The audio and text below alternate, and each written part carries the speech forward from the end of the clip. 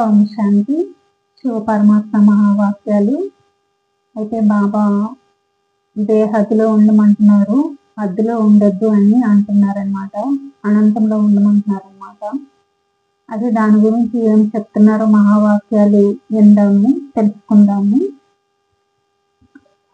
బాబా ఏమంటున్నారంటే, వ్యక్తిగతంగా ఒకరిద్దరికి సహయోగి కాదు, అది స్వార్థం యొక్క సహయోగం అవుతుంది. సత్యమైన సహయోగిగా, అనంతమైన సహయోగిగా అవ్వాలి. మీ అందరి బిరుదు ఏంటి? విశ్వ కళ్యాణకారియా లేక కేవలం సెంటర్ కళ్యాణకారియా? మనందరి యొక్క బిరుదు ఏంటి? అదే బాబా అంటున్నారు. దేశం యొక్క కళ్యాణకారియా లేక కేవలం క్లాస్ విద్యార్థుల యొక్క కళ్యాణకారియా? విశ్వ కళ్యాణకారి విశ్వ యజమాని అయ్యేవారా లేక కేవలం మీ మహాలకు యజమాని అయ్యేవారా? ఎవరైతే కేవలం సెంటర్ యొక్క హద్దులో ఉంటారో వారు కేవలం మహాలకు యజమానిగా అవుతారు.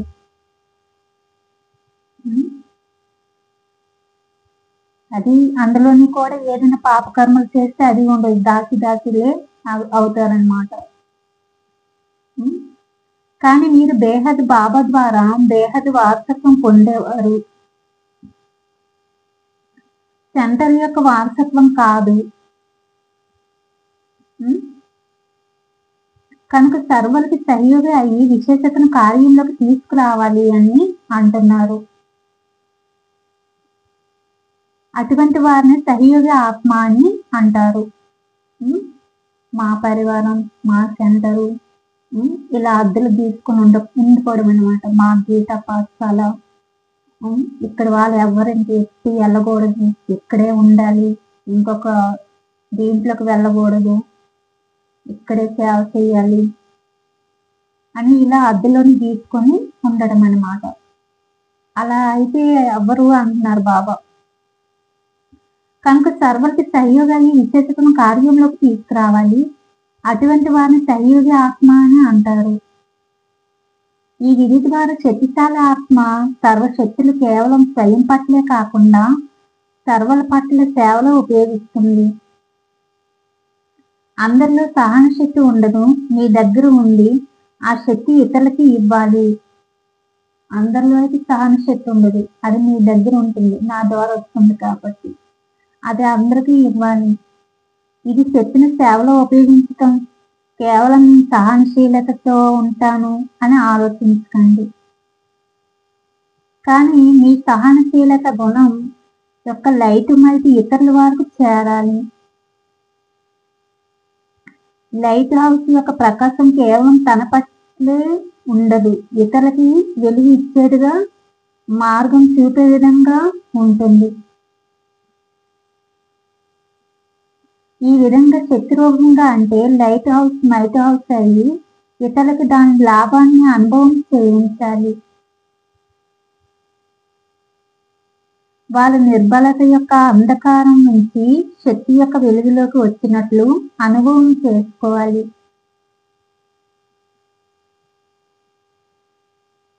ఈ ఆత్మ తన శక్తి ద్వారా నన్ను కూడా శక్తివంతంగా చేయటంలో సహయోగి అయ్యింది అని అనుభవం చేసుకోవాలి. నిమిత్తంగా ఈ బాబాకు సంబంధం జోడింపు చేస్తారు, కానీ సహయోగం ఇచ్చి తమతో తగులుకున్నట్లు చేయరు. బాబాకి దానం ఇచ్చేస్తున్నాం. ఈ స్మృతి మరియు శక్తి ద్వారా విశేషతలన్నీ సేవలో ఉపయోగిస్తారు. సత్యమైన సేవదారి గుర్తు ఇదే అని బాబా అంటున్నారు. కర్మల వారి ద్వారా బాబా కనిపిస్తారు. వారి మాట ప్రతి ఒక్కరికి బాబా యొక్క స్మృతి ఇప్పిస్తుంది. సదా బాబాయే కనిపిస్తారు. వారు ఆత్మలని చూడకుండా బాబాని చూస్తారు. నా సహయోగి అనుకోవడం ఇది సత్యమైన సేవదారుల యొక్క గుర్తు కాదు. సంకల్పం మాత్రం కూడా ఇలా ఆలోచించకూడదు. నా విశేషత కారణంగా వారు నాకు చాలా సహయోగి అయ్యారు అని.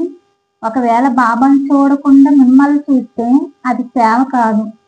ద్వాపరయుగ గురువుల వల్లే చేసినట్లు బాబాను మర్చిపోతే అది సేవ కాదు అంటున్నారు.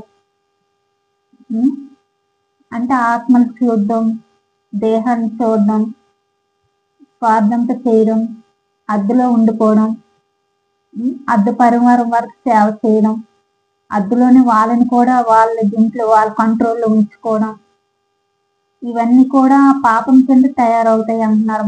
మరి జనరల్ గా అలాంటి విషయాలు ఎక్కువ జరుగుతున్నాయి. హద్దుల్లో ఉంచుకోవడం, వాళ్ళ పరివారాన్ని కూడా హద్దుల్లో ఉంచుకోవడం, ఇలాంటివన్నీ కూడా.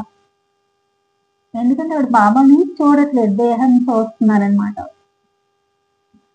అప్పుడు బాబా అంటున్నారు, అది పుణ్యం కాదు పాపము. ఎందుకంటే బాబా లేకపోతే పాపం తప్పకుండా ఉంటుంది కదా. కనుక సత్యమైన సేవదారి సత్యం వైపు సంబంధం జోడిస్తారు. బాబాకు అప్పుడప్పుడు పిల్లల యొక్క లక్ష్యం మరి లక్షణాలు చూసి నవ్వు వస్తుంది. ఆత్మలను బాబా దగ్గరికి చేర్చాలి కానీ తమ దగ్గరికి చేర్చుకుంటున్నారు అంటున్నారు బాబా. ఆత్మలు ఏంటి, బాబాతో కనెక్ట్ పెట్టాలి. మీరు ఏ సేవ చేసినా బాబాకి చెప్పి చేయండి. నేను కేవలం నిమిత్త మాత్రమే, నేను కూడా బాబాకి నిమిత్తమే, బాబాకు పిల్లలమే, మీరు బాబాకు పిల్లలే, మీరు కూడా మాలాగా తయారవ్వండి అని అనరు. అలాగా అనరు. ఏది చెప్పినా మాకు చెప్పాలి, మీరు ఏ సేవ చేసినా మాకు చెప్పాలి, తర్వాత బాబాకు చెప్పాలి. లేకపోతే మిమ్మల్ని కట్ చేసేస్తాం, మిమ్మల్ని రానివ్వం ఇక్కడికి, ఇలాగా బెదిరించడం. అదే బాబా చెప్తున్నారు చూడండి. బాబా దగ్గరికి చేర్చాలి కానీ తమ దగ్గరికి చేర్చుకుంటారు. ధర్మపితల పై నుంచి కిందకి ధర్మపితలు పైనుంచి కిందకి తీసుకొచ్చేస్తున్నారు. ఆ విధమైన వారుగా మీరు కాకండి. పిల్లలు అక్కడక్కడ స్పష్ట మార్గంలో వెళ్ళడానికి బదులు సందులలో చిక్కుకుపోతున్నారు అని అంటున్నారు బాబా. స్పష్ట మార్గంకి వెళ్ళలేకపోతున్నారు, మార్గం మారిపోతున్నారు. అందువల్ల నడుస్తున్నారు కానీ గమ్యానికి చేరుకోవడం లేదు. ఎందుకంటే అక్కడ మధ్య వ్యక్తికి వసిబోతులై ఉండడం వలన వాళ్ళకి కనెక్ట్ అయ్యి అన్ని సేవలు చేస్తారనమాట. ఆ అక్క ఏం చెప్తుందో, ఏ సేవ చెప్తుందో, అక్క చెప్తేనే వెళ్ళాలి, అక్క చెప్పకపోతే ఇంక లేదు, ఇంటికాడ ఖాళీగా ఉండడం అంటే ఇలా అనమాట.